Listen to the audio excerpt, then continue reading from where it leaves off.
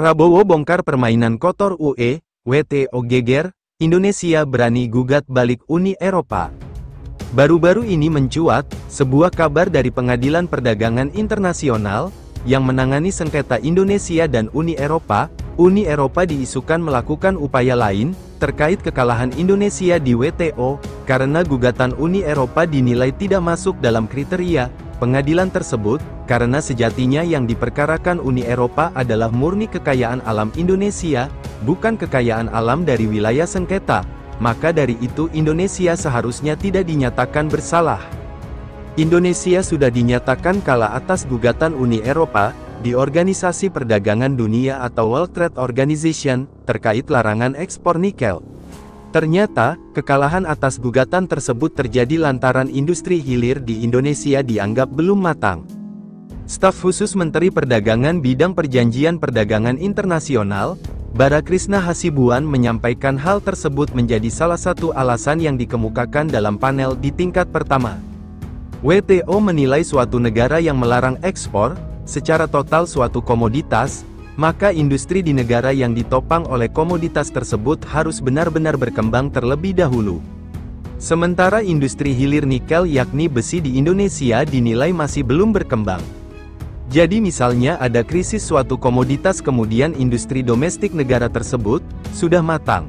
Kalau misal dilakukan larangan ekspor itu diberikan dinyatakan sah dengan WTO.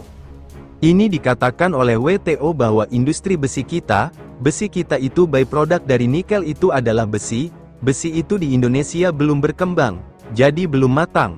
Meski begitu, pemerintah telah mengajukan banding pada Desember tahun 2022 lalu, dan mempersiapkan argumentasinya sendiri, untuk melakukan banding lagi, yakni bahwa saat ini Indonesia memang sedang dalam tahap menggenjot industri hilirisasi di dalam negeri, terutama hilirisasi mineral mentah seperti nikel.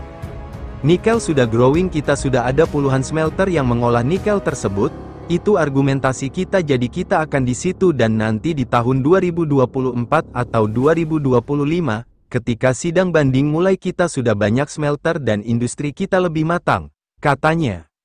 Untuk diketahui, Bara mengatakan pengajuan banding RI, terkait nikel kemungkinan baru bisa berjalan pada tahun 2024 mendatang.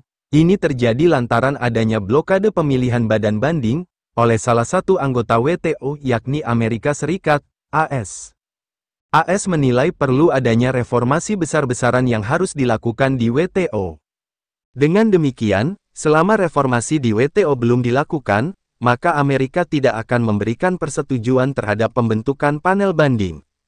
Kita sudah berkonsultasi dengan pengacara kita yang berbasis di Jenewa, dan diperkirakan itu kemungkinan secara realistis panel itu baru terbentuk tahun 2024, katanya. Di samping itu, menurut Bara pemerintah juga masih harus menunggu antrian untuk berproses di badan banding WTO, sehingga proses banding memang membutuhkan waktu yang cukup lama. Jadi begitu panel terbentuk ada antrian ya kasus-kasus yang harus disidangkan di panel tersebut.